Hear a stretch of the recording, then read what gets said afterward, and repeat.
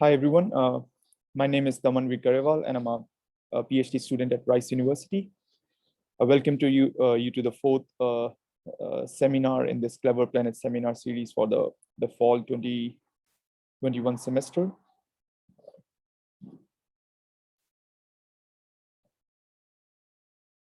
Yeah. So let me just briefly introduce what Clever Planets Group is. So Clever Planets is a multi-institutional interdisciplinary initiative to unravel the conditions of planetary habitability in our solar system and beyond. Its lead institution is Rice University, and it's supported by NASA. It's one of the teams for the Nexus program for exoplanetary science. It's part of the Nexus coordination network under astrobiology. Before introducing to the speaker, I want to present a brief land acknowledgement statement. Our research at Rice University is pursued on the traditional territory of the several native peoples, namely the now extinct Karankawas and Sanas, as well as the Cohocutans, represented by the Tapilam Nation, and the Aisheks, represented by the Atakapa Ishak Nation. We see as a duty to acknowledge this historical aspect of our identity and to foster a beneficial environment for all communities, in particular, those who preceded us on this land. Now it's my great pleasure to introduce all of you to the speaker, Laurette Piani.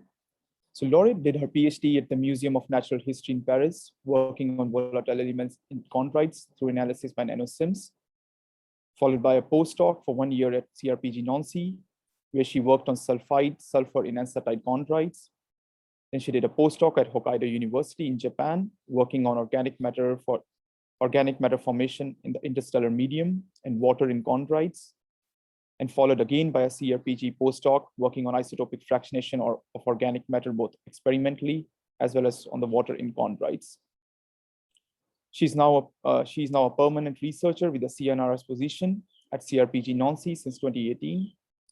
Her work is focused on the origin and distribution of volatile elements in primitive solar system materials. Today, she's going to talk about the distribution of water in the inner solar system materials and interest for the origin of water on Earth. Before I give the floor to Laurette, I just want to say that the question and answer that you can put the question and answers in the Q&A chat, and I'll take these questions and I'll narrate these questions to Laurette after her talk is ended. Laurette, this stage is all yours.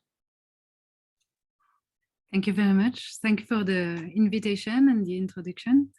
I will share my screen.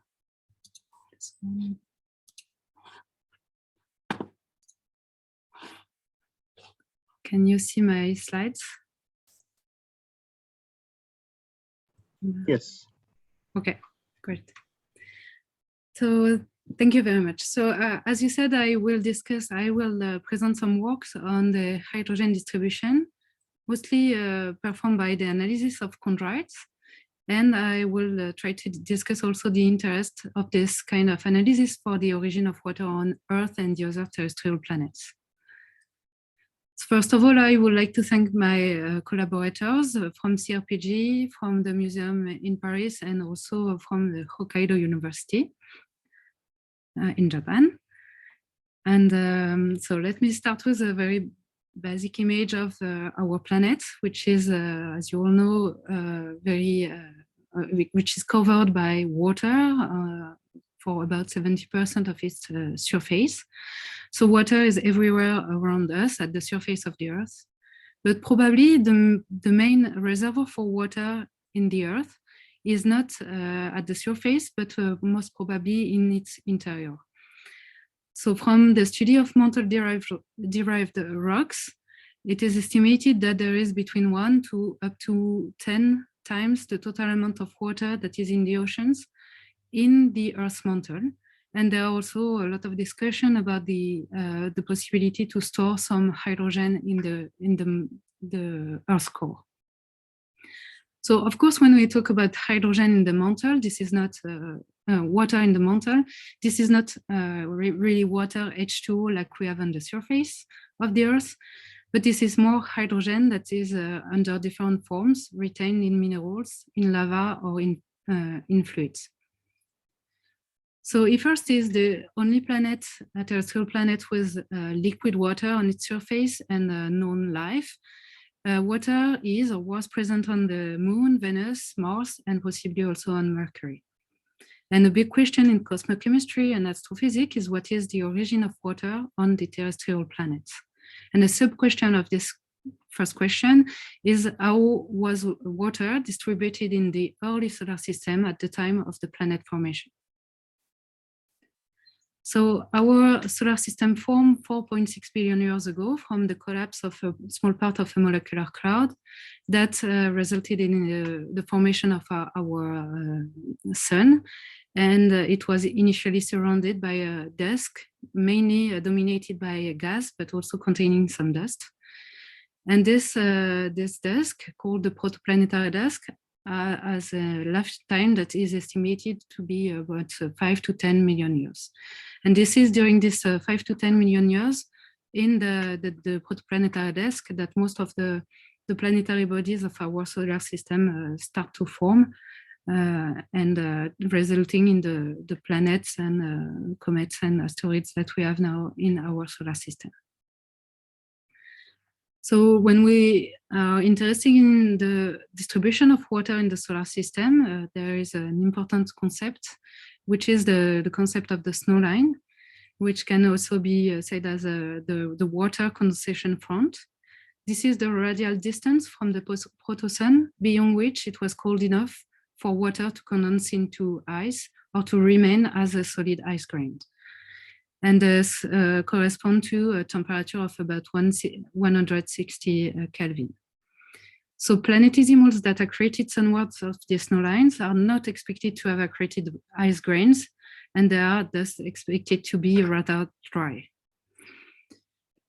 And if there is a snow line, there are also different ice lines for the different molecules that also contain some hydrogen. And I represented here the ice line for methane, which is beyond the snow line, and also the star line that corresponds to the condensation front of the more refractory and complex organic materials that will be inherited from the interstellar medium.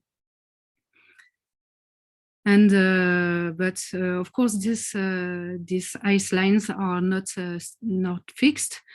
The location of the ice line change with time as the disk property, the temperature, the pressure, the density, and so on evolved. And this is probably a complex distribution of the temperature in the disk.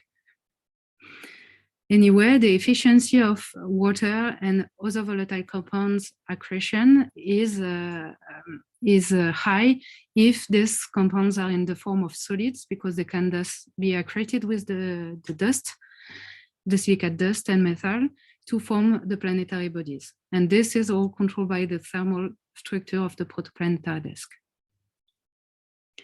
So how can we have some clues about the water distribution in the early solar system? Well, we can look at some primitive material of our solar system that we have on Earth, and that correspond to the primitive meteorites, also called chondrites. So chondrites are undifferentiated meteorites seen as the remnants of undifferentiated planetesimals of our early solar system. And we have the chance to have a diversity of chondrites with different classes and groups. And here I represented the three main classes: the Untitled chondrite ECs, the ordinary chondrite OCs, and the carbonaceous chondrite CCs that probably form at different heliocentric distances. For example, Untitled chondrites are thought to be formed in the more inner part of the solar system, while ordinary chondrites will form in the inner part, but further away from the sun, and the carbonaceous chondrites, for their high content in volatile elements, organic matter, water, they are thought to be formed probably beyond the snow line. So with these different classes and the subgroups of chondrites, we have a sample of the diversity of the materials that were formed in the protoplanetary disk. And this is a chance to explore the distribution of water in the early solar system. Since 2011 or so, we also know that it exists two distinct reservoirs in the planetary materials. This is something that we can see from the isotopic composition of some nucleosynthetics, some elements that shows nucleosynthetics anomalies. This is one example is here the epsilon 54 chromium that is plotted as a function of the epsilon 15 titanium. And in this plot, we can see that there is clearly two clusters of points. One in red is contained the non-carbonaceous chondrite, the ordinary chondrite and non-sterile chondrites, but also some echondrites, palazites, and also the Earth, Moon, and Mars rocks. And the other cluster is represented mostly by the carbonaceous chondrites, but also contains some echondrite and palazites, and represent another reservoir. And we see a very distinct isotopic composition for a large number of elements for these two types of materials that appear to be present very early in the solar system history, from about 1 million years. 1 million years, and we know that these two reservoirs are probably separated for the first millions of years of the solar system history. And the possibility to explain these two reservoirs is that they were separated, physically separated by a gap made by the presence of the proto-Jupiter that formed very early in the solar system. And this is rather consistent with the volatile distribution. So here this plot shows the data compilation of the hydrogen and nitrogen content of the different chondrite classes and groups. You can see that the highest amounts of hydrogen and nitrogen are contained in the carbonaceous chondrites, while the non-carbonaceous chondrites seems to show always a lower abundance for this element. But what we can see also on this plot is that it is not completely true. There is not a real dichotomy in the hydrogen and nitrogen content for these two components, these two reservoirs. And this is even more true when we look at the isotopic composition of the hydrogen, nitrogen, and carbon. So this plot shows this isotopic composition in delta notation. So we have the delta D, delta 15 nitrogen, and delta 13C here. And what we can see is that the isotopic distribution of these elements is completely overlaps between these two reservoirs. And there is no clear dichotomy, no clear dichotomy for this isotopic composition, these elements. And in this talk, I would like to focus on the hydrogen isotopic composition because this is the one that will be the most interesting for tracing the water distribution in the protoplanetary disk. And this is also the isotopic composition that shows the highest variations. So the hydrogen isotopes can be seen as a tracer for the origin of water on planetary bodies. This is because there is a big variation of the D2H ratio between the main component of the gas in the sun, but also in the protoplanetary disk, which is the solar H2, that has a composition, a D2H ratio that is very low, with a value of about 2 10 to the minus 5.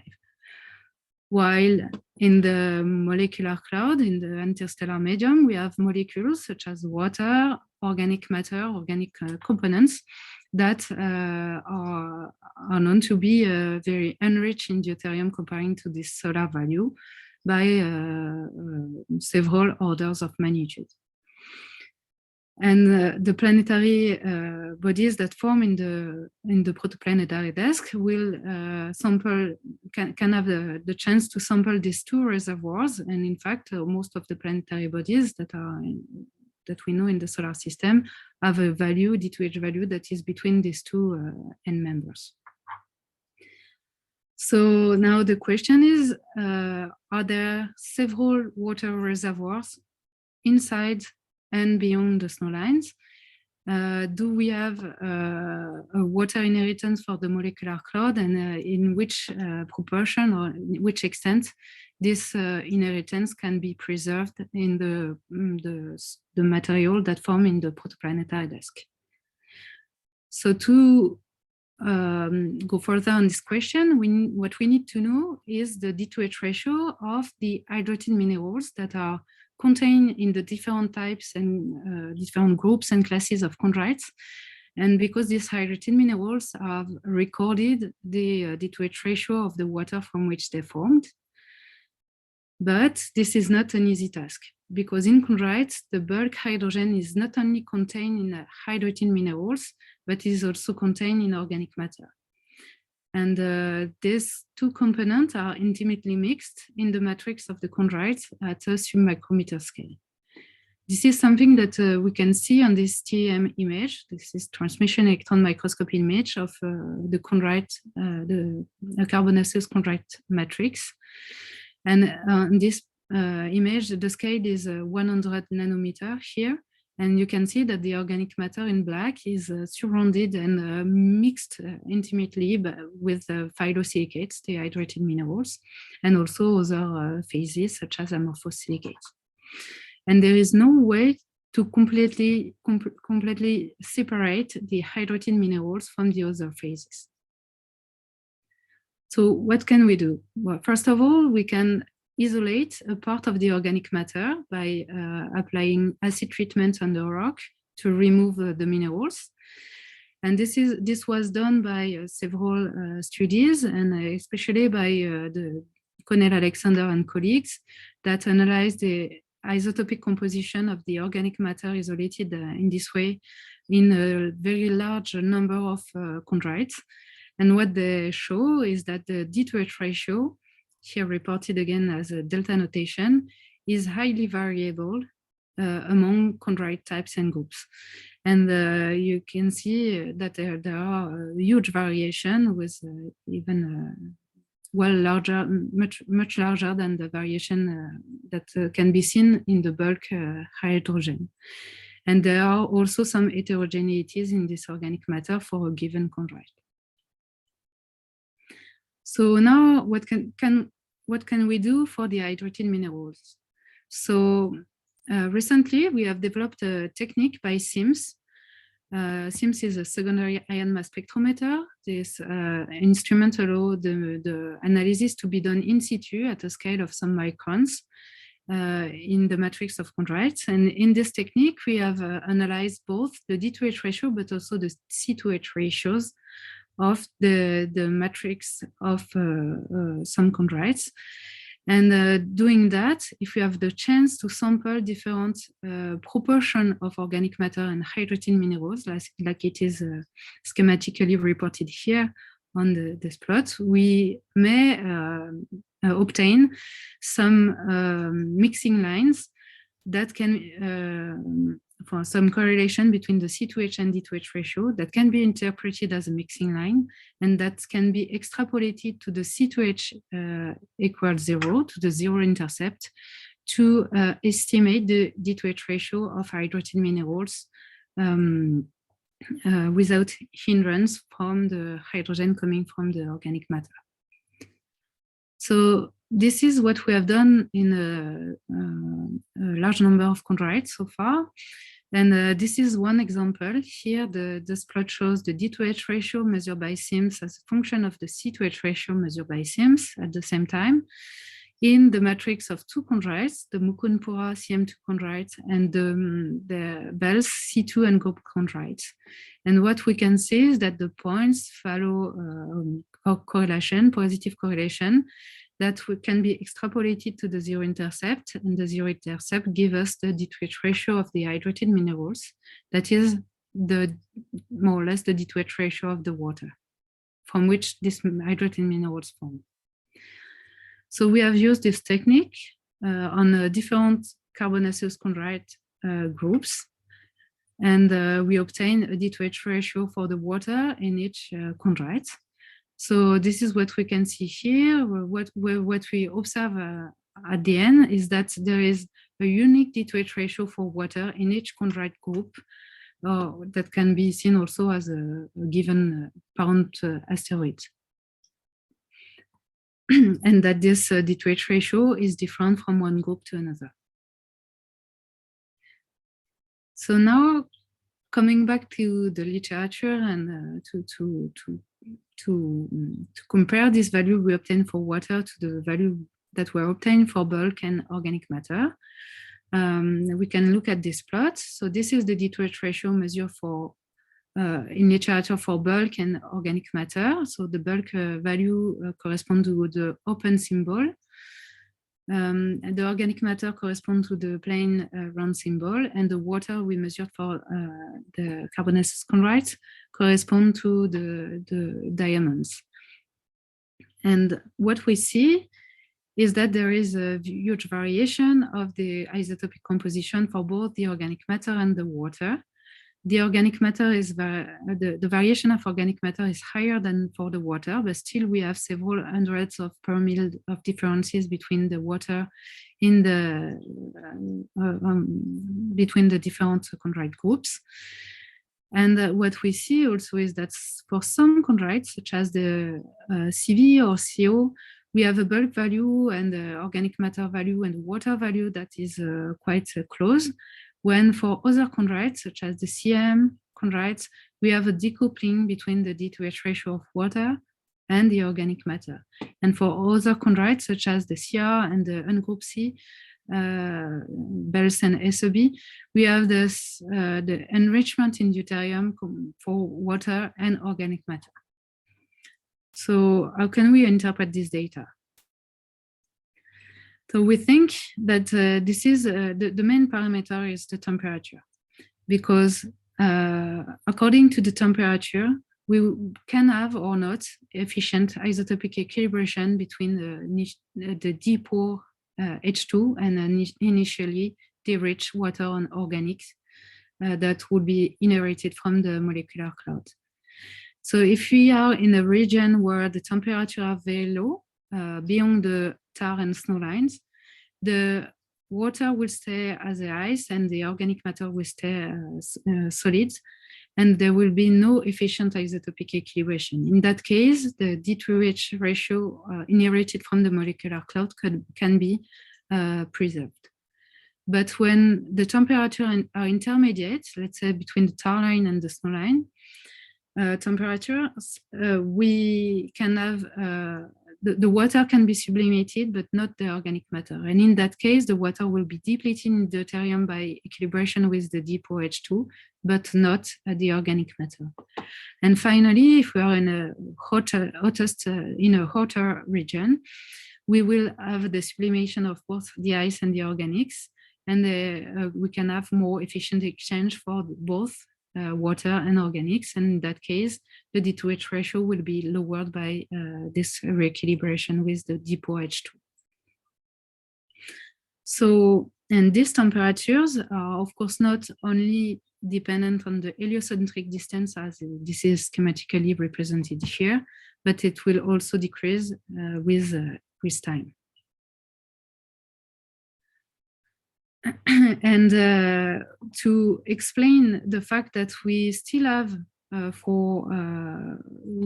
have an interaction between the D-rich organic matter and D-rich water with this depot H2 in the course of the solar system evolution for several millions of the first millions of years of the solar system history.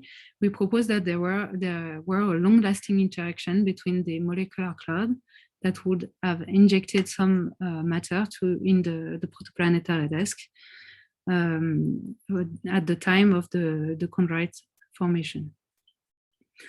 And this would be consistent with the relative timing of accretion or formation of these different chondrites. For example, the unstable chondrites are thought to be formed before the ordinary chondrites.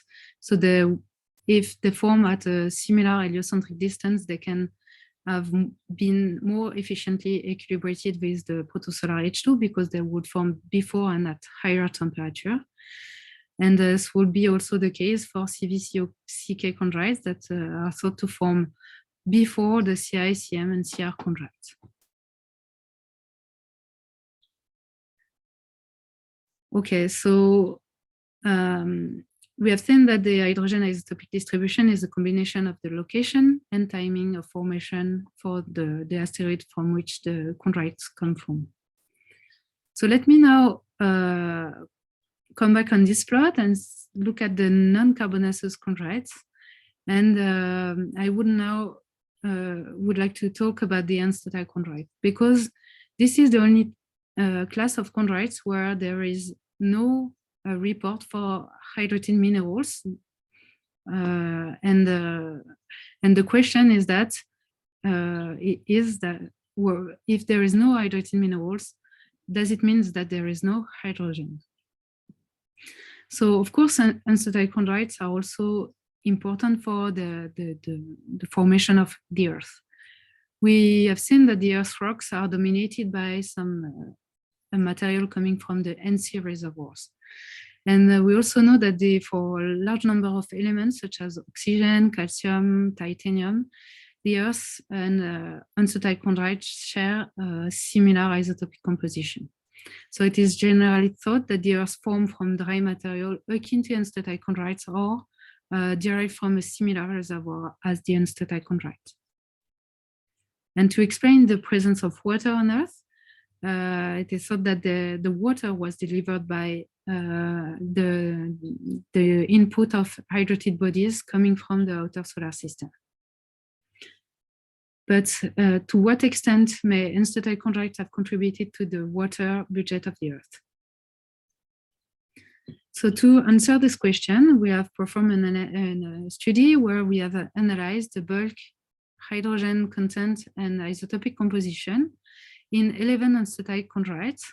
So we chose to analyze Untitled chondrites with variable metamorphism degree.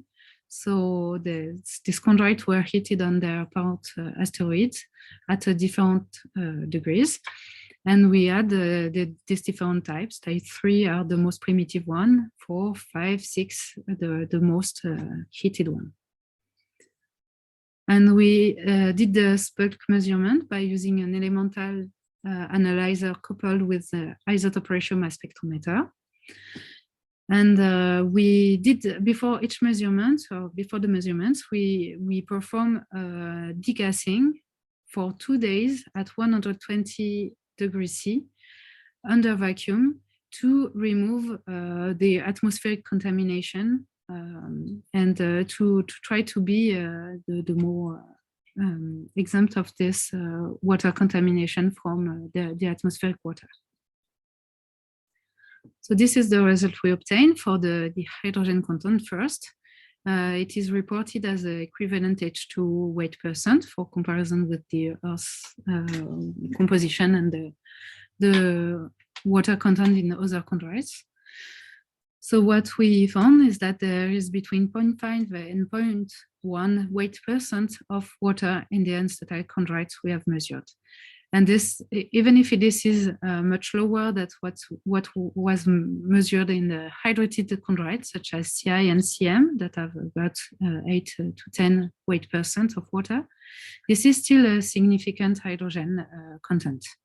And for the isotopic composition, we found that the Untitled chondrites are always depleted in deuterium compared to the Earth's ocean water, with a delta D value going from 150 to 100 per mil. And something that we can see is that we saw the input of the metamorphism degree because the most primitive one have the highest water content, while the most heated one have less water. And this is something that we can expect.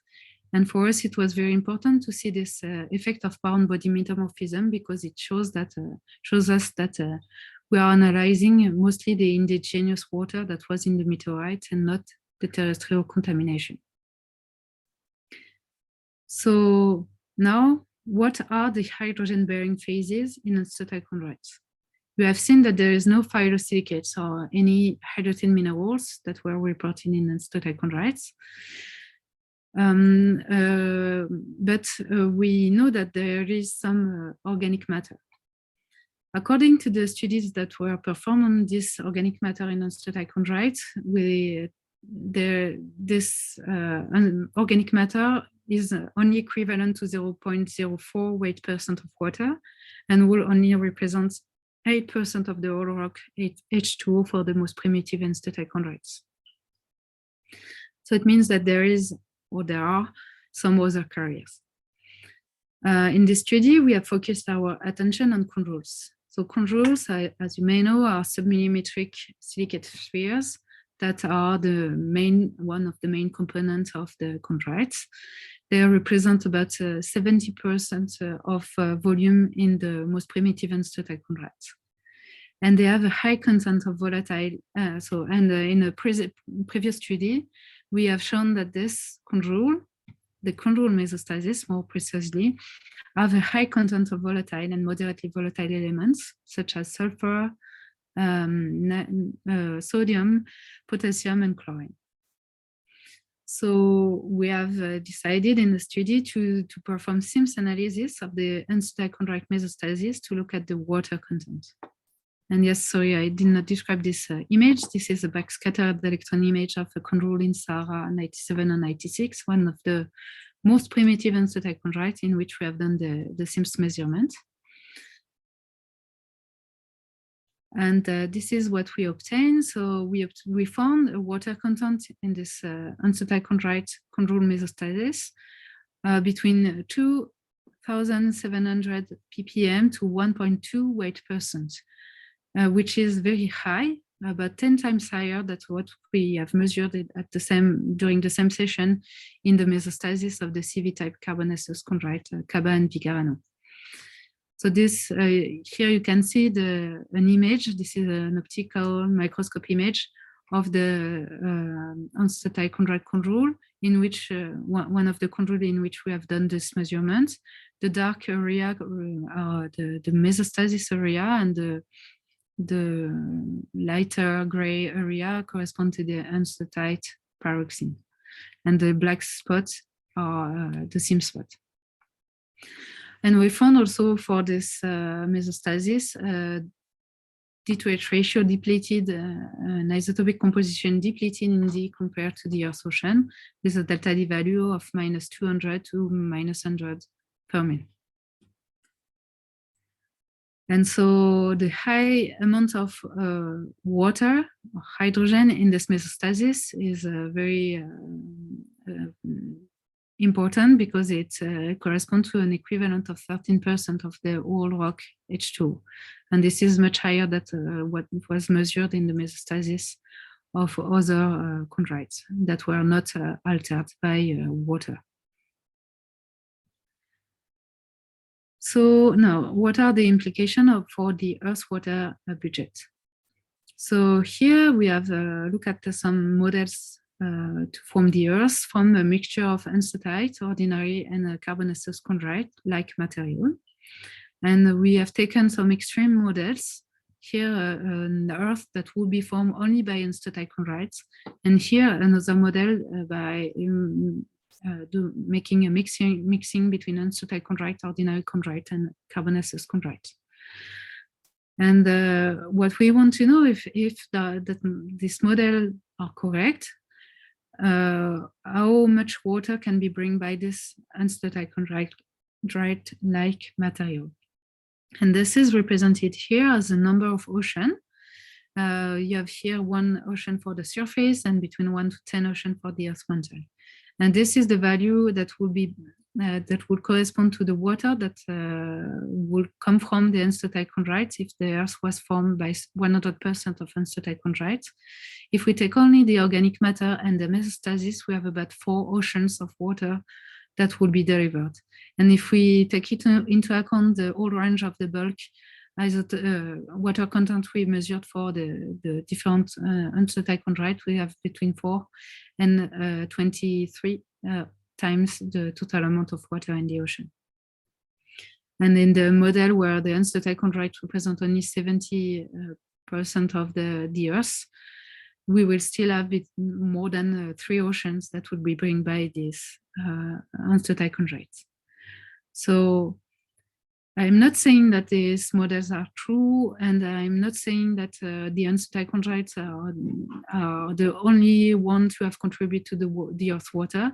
But what I would like to say here is that they could have significantly contributed to the Earth's water budget if they represent the building block of the Earth, and they could have contributed to more than 3 oceans, if no less. Then now let's have a look at the isotopic composition. So this plot shows the isotopic composition reported in data notation for hydrogen, delta D, and nitrogen, delta 15 nitrogen.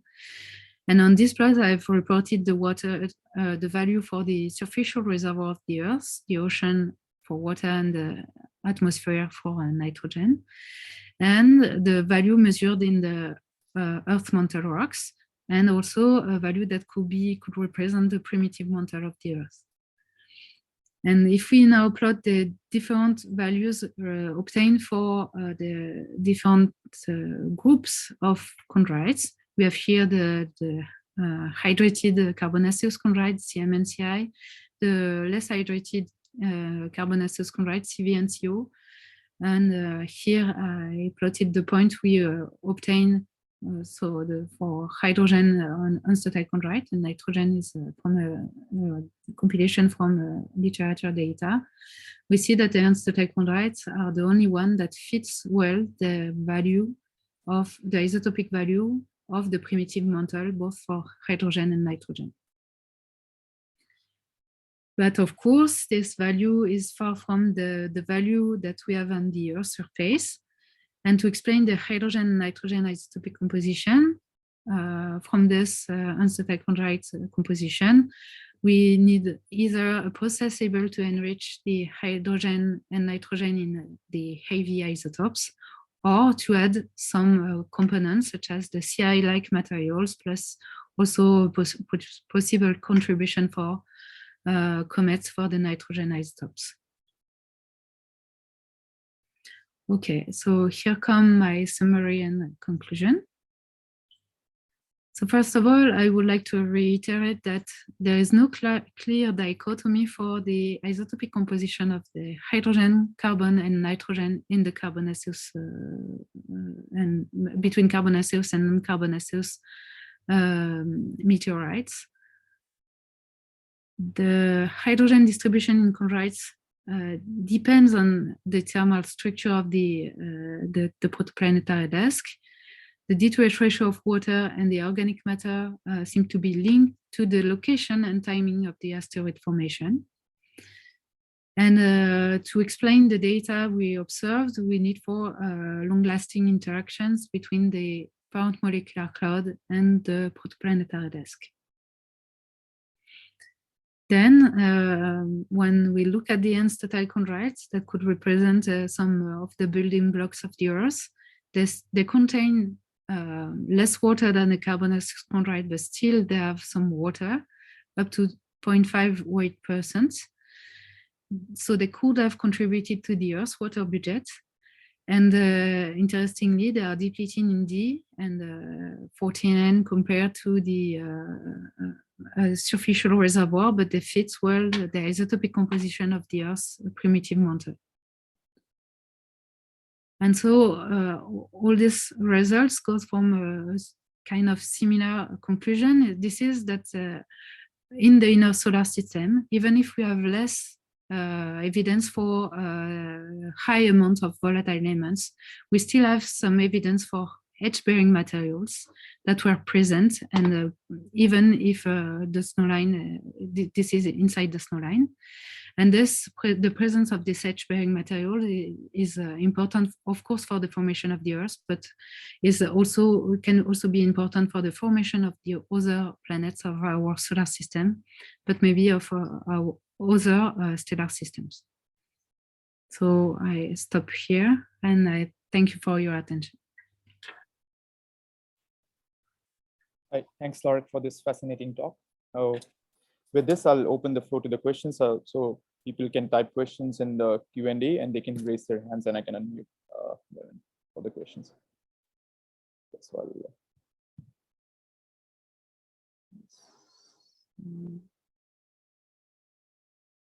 Vladimir, go ahead, please. The question.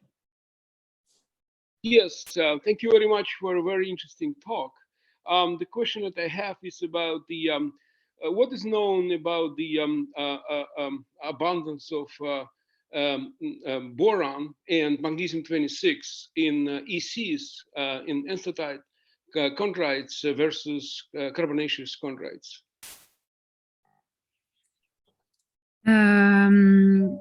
Well, for boron, I don't know.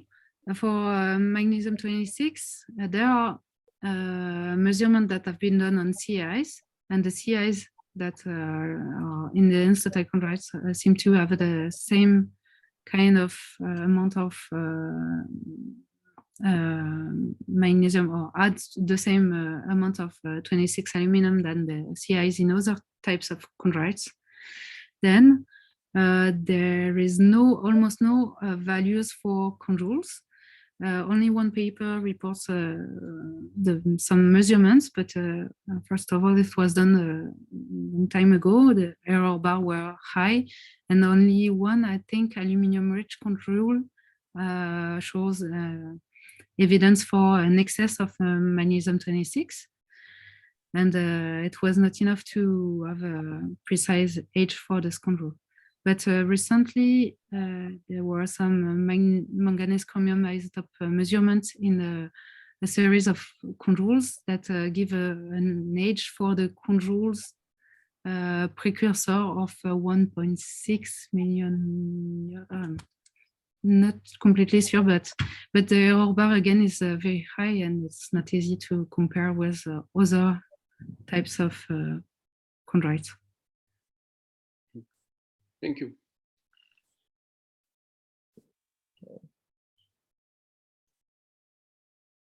Tao, can you please go ahead and ask a question?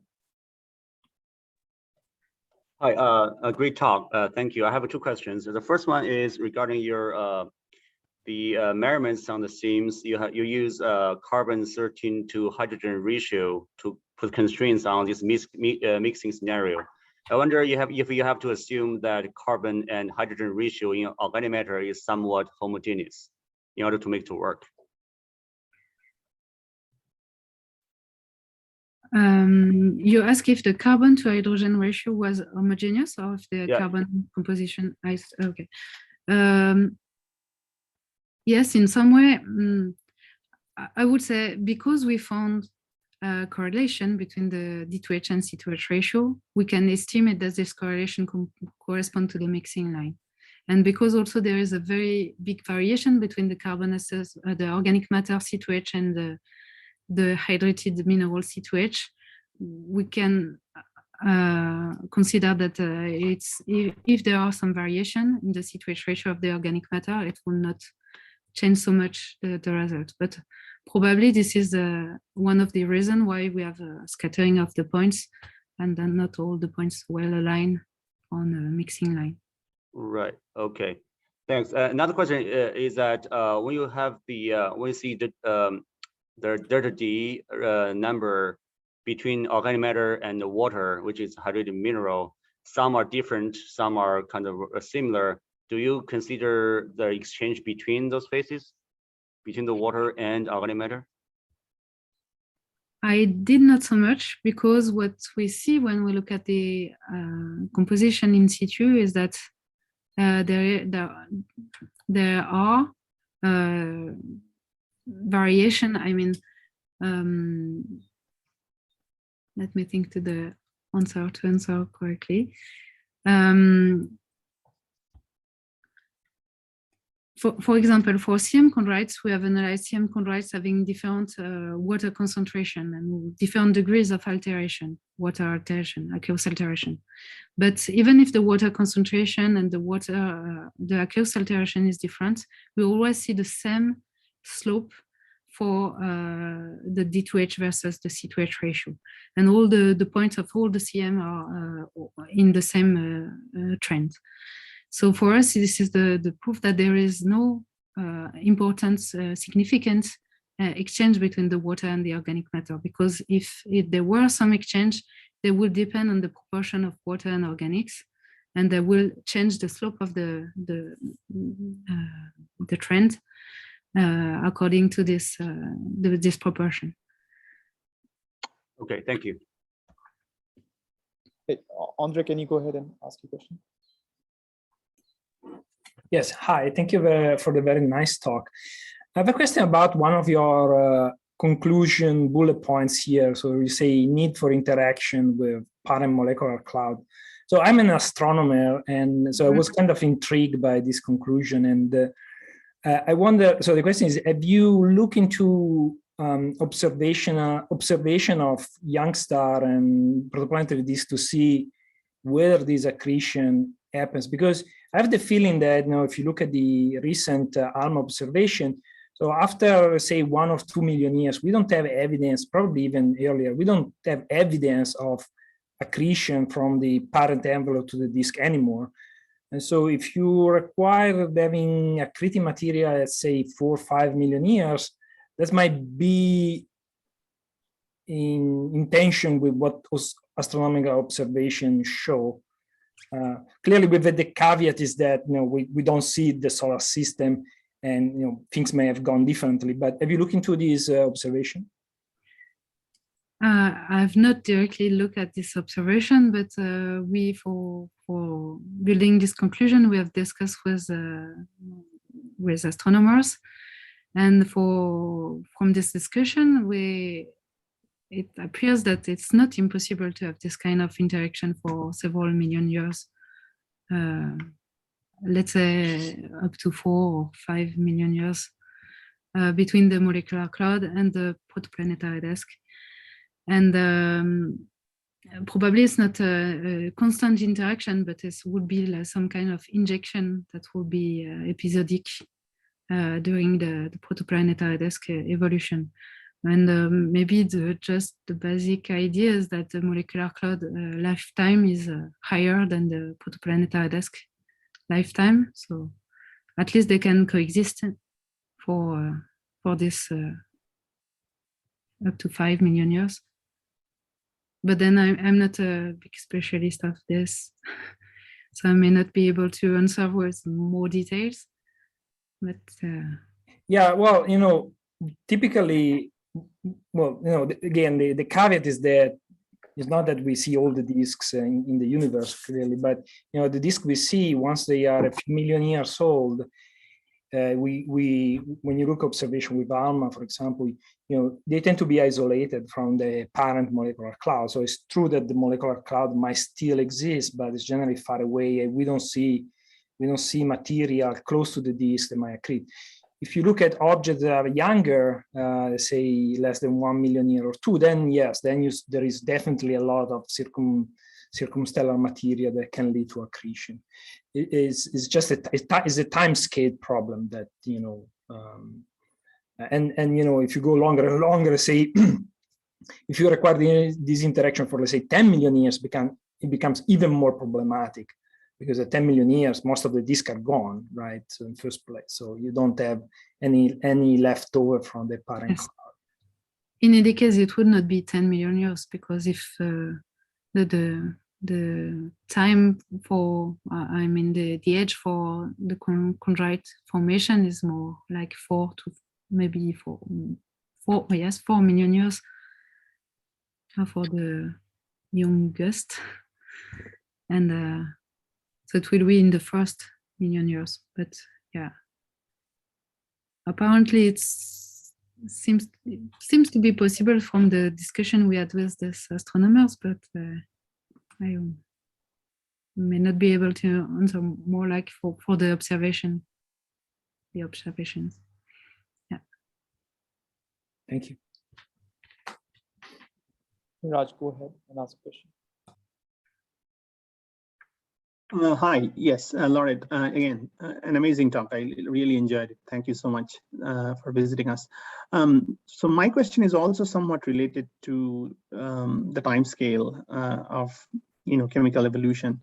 And this is related to the fact, the first point, right? Like from the chondrites, like instatite, ordinary, and carbonaceous chondrites, you don't see any clear dichotomy, both elemental abundance-wise as well as isotopically in hydrogen, carbon, nitrogen.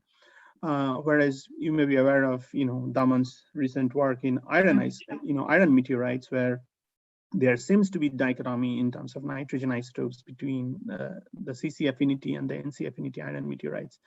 So I'm just wondering, is it, of course, the observation may eventually evolve with more data and so on, but is it possible that what you're observing in terms of carbonaceous chondrite, there was some sort of a dichotomy earlier in the solar system, because iron meteorites potentially are capturing, maybe 0.3 to up to 1 million year type of parent body processes, whereas carbonaceous chondrites and other chondrites are somewhat later. We see something similar in some of the non-volatile systems as well, that dichotomy shows up in iron meteorites, but not clear dichotomy in chondrites. Can there be something like that going on? Yes and no. I thought to this question, yeah, and to me, it's not impossible. I don't know your opinion, but it's not impossible that if we have this iron meteorites that form in the first reservoir, that is mostly the carbonaceous chondrite reservoir, so they form probably at a highest heliocentric distance. They will form at a lower temperature than the one that formed in the more inner part of the solar system. And in that case, again, we can have this tar line differences that will allow for the carbonaceous chondrite reservoir to preserve some isotopic anomalies that will be inherited from the molecular cloud, while in the inner part of the solar system, you will have more homogenization, not with the H2, but with the nitrogen from the gas of the disk. And maybe we can have the kind of same re-equilibration and non-re-equilibration that will produce two different isotopic composition for the iron meteorites that formed in the outer part and the iron that formed in the inner part. I don't know if it has a sense for you or if it can be something. But that's something that's going away during the formation timescale of chondrite parent bodies. Yes, because the temperature are decreasing, so the tar line is moving. Okay.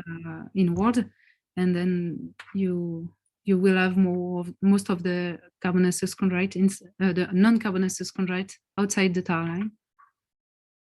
Okay. Interesting. I don't know the answer to it, so I don't have a strong opinion. I just was wondering what you thought. Somewhat related, if Daman, I have 1 more minute. That is, what's your idea about these more recent ideas that most of the chondrites that we are sampling are coming from maybe parent bodies that have like sort of onion shell type of structure, and we are sampling the outer layer that are undifferentiated, whereas most of the majority of the interior of those parent bodies may already be differentiated. So is it possible, again, the observations you are making, that there is no real difference between the instatite and carbonaceous chondrites? It's really getting captured by outer layer undifferentiated materials, and the interior of those parent bodies that potentially accreted somewhat earlier might preserve dichotomy. Is that a possibility? Again, I don't have a strong opinion. I just want to hear what you think. I don't know. But again, we still have this dichotomy for the other elements. So why this will be so different for the volatile elements? I'm not sure. Yes, I don't know. I have to think about that. I have no answer. Okay, thanks. Right. There are a few questions in the chat that I'll take up. So there's a question by anonymous attendee, like, what do we know about the D/H ratio of the Martian interior?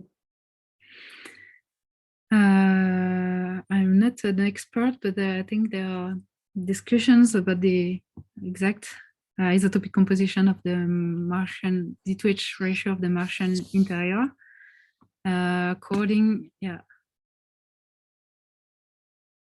So yeah, depending on the author, I think there's like people like in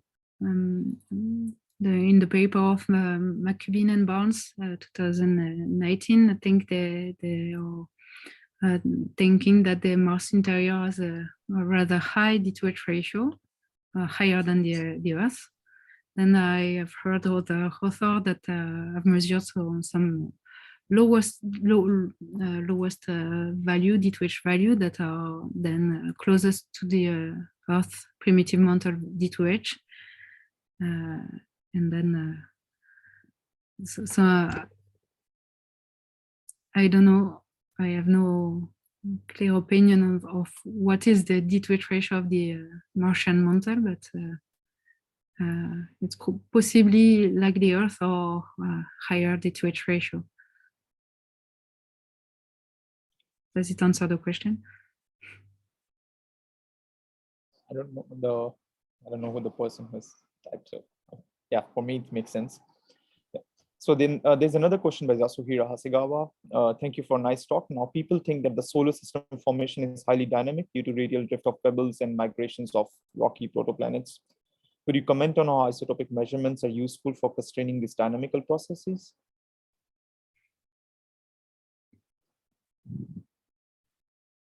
Yes, I'm not sure my measurement will have clear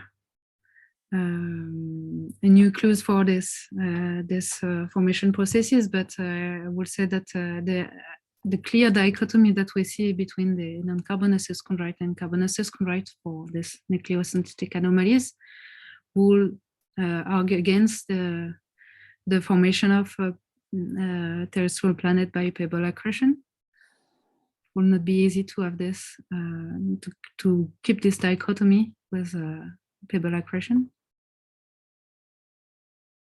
But then, like for volatile elements, I think because this would be mostly the temperature that will control the carrier and the isotopic exchange, it will not have so much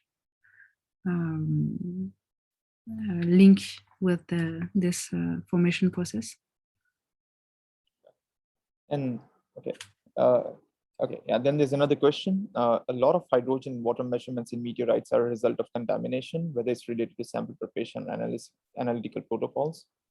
Do you use any statistical tools to infer the zero or the minimal contribution from terrestrial contamination? A statistical tool? I'm not sure to understand. So what we did for the bulk measurement is to try to remove the most water contamination. Of course, we cannot be sure we have removed all the water, but we still have removed some of the water, the adsorbed water. And I think we are getting close to the true water that is inside this chondrites.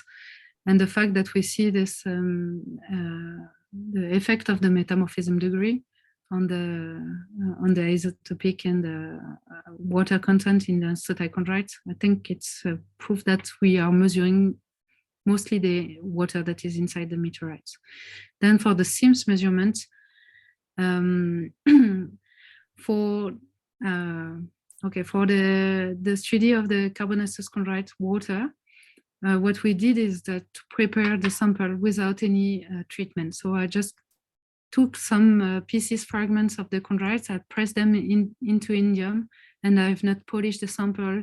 I've not done any kind of treatment on these samples, and they were put into vacuum before the measurement. And the water content is quite high, so I don't think there is a huge contribution for the water, atmospheric water. And then for the anesthetic chondrite, I also prepared a section. This is a polished section of the anesthetic chondrite, but prepared without resin and only with alcohol to polish. And again, we put the sample in a furnace at 80 degrees before coating it, and then put the sample directly into the vacuum of the instrument. So we try to remove as much as we can the water contamination. And we did the same for other kind of samples. We had a dry sample to compare, and in the dry sample we have 3 orders of magnitude less water than we have in the mesostasis of unstable chondrites. Okay, I think that's about time right now. Okay, so Laurette, thanks again for this amazing talk, and thanks a lot for taking the time out to present your results. Thank you very much. Thank you to everyone.